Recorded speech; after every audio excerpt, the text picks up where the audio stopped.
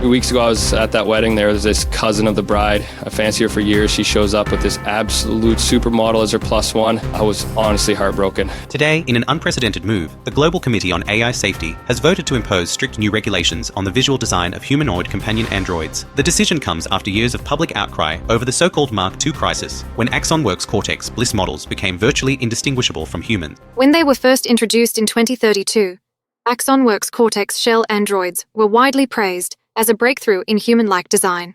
But the Mark II generation of Bliss models has since sparked controversy by looking almost indistinguishable from real people. Events and public spaces have been filling up with android attendees, catching organizers off guard as half the crowd can turn out to be synthetic. Many people routinely bring their AI companions along for company, filling seats with non-human participants. There have also been reports of forged travel documents used to move Bliss models across international borders. The situation continues to expose social deception, with users customizing androids to impersonate celebrities or boost their own status. Regulators are still struggling to define identity, consent, and ownership in a world where synthetic beings can pass for human. The new rules aim to address these issues by making androids clearly recognizable. The regulations will apply to all models on the market, ensuring that every android can be easily identified. Manufacturers, in collaboration with the Global Committee on AI Safety, have agreed on design standards to enforce these changes. The first models expected to launch with the new requirements are AxonWorks Cortex Shell Bliss Mark III units.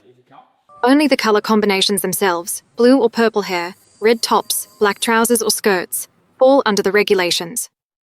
AxonWorks design implements these in the Cortex Shell Bliss Mark III with blue hair, red shirts, and black trousers for male-presenting models, and purple hair, red tops, and black circle skirts for female-presenting models. The color combinations were chosen because they are statistically rare among humans. Public reaction to these regulations remains mixed. 2 weeks ago, I was at that wedding. There was this cousin of the bride. I fancy her for years. She shows up with this absolute supermodel as her plus one. I was honestly heartbroken. But then later, my colleague who was the bride tells me that guy was actually a Cortex Shell Bliss model. How do you think that makes me feel? If they were obviously labeled, at least there'd be some stigma. It honestly worries me that we're being replaced by these oversized schmex toys. My neighbour has one of those. In summer we have these barbecues in our neighbourhood and he brings it along. I don't really mind. It's actually great at watching the food so it doesn't burn. But the downside is new people don't realise it's a robot. They start talking to it, even trying to befriend it without knowing it's not a real person. So if now people know, at least they won't even bother striking up a conversation. And what's next? Making them sit at the back of the bus? I don't like where this is going.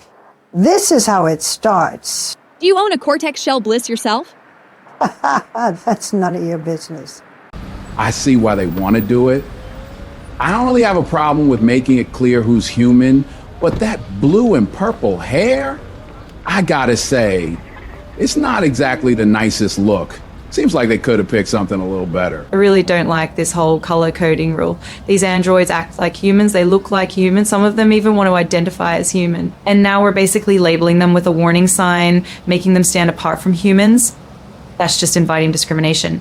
The rules are scheduled to take effect next year, with manufacturers currently under pressure to meet the new standards on time. Manufacturers worldwide are racing to comply, while the debate over synthetic companionship, identity, and ethics is only just beginning.